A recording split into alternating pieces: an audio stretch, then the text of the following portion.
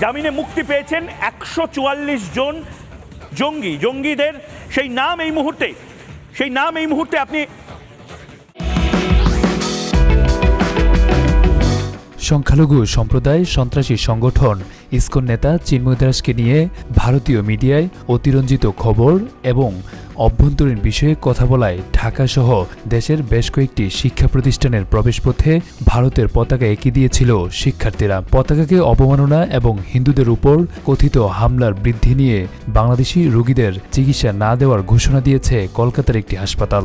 এরপর আরও কয়েকটি ভারতীয় হাসপাতাল বলেছে তারা বাংলাদেশিদের চিকিৎসা দেবে না। তবে পশ্চিমবঙ্গের শিলিগুড়ির এক চিকিৎসক বলেছেন তিনি বাংলাদেশিদের চিকিৎসা দেবেন, কিন্তু এজন্য ভারতীয় পতাকায় প্রণাম করে তার চেম্বারে প্রবেশ করতে হবে।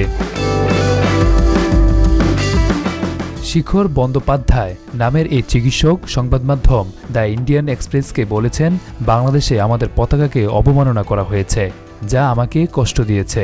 আমি রোগীদের ফিরিয়ে দিতে চাই না, কিন্তু যারা আমাদের দেশে আসবে তারা আমাদের পতাকাকে সম্মান জানাতে হবে।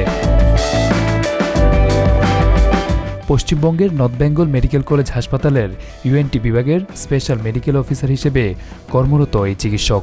তিনি আরও বলেছেন, আমি যে সরকারি হাসপাতালে কাজ করি সেখানে কোনো রোগীকেই আমি ফেরাতে পারবো না, কিন্তু শিলিগুড়িতে আমার ব্যক্তিগত চেম্বারে আমি জাতীয় পতাকা ঝুলিয়েছি, সেখানে একটি বার্তাও যুক্ত করেছি। যারা আমার মাতৃভূমির পতাকাকে সম্মান জানাবে না তারা আমার কাছ থেকে চিকিৎসাও প্রত্যাশা করতে পারে না।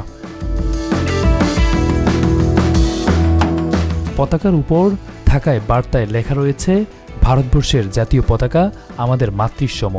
এই পতাকাকে প্রণাম করে চেম্বারে প্রবেশ করবেন। বিশেষত বাংলাদেশ থেকে আগত রোগীরা প্রণাম না করলে এখানে রোগী দেখা হবে না। Arafat Hossain, GTV news.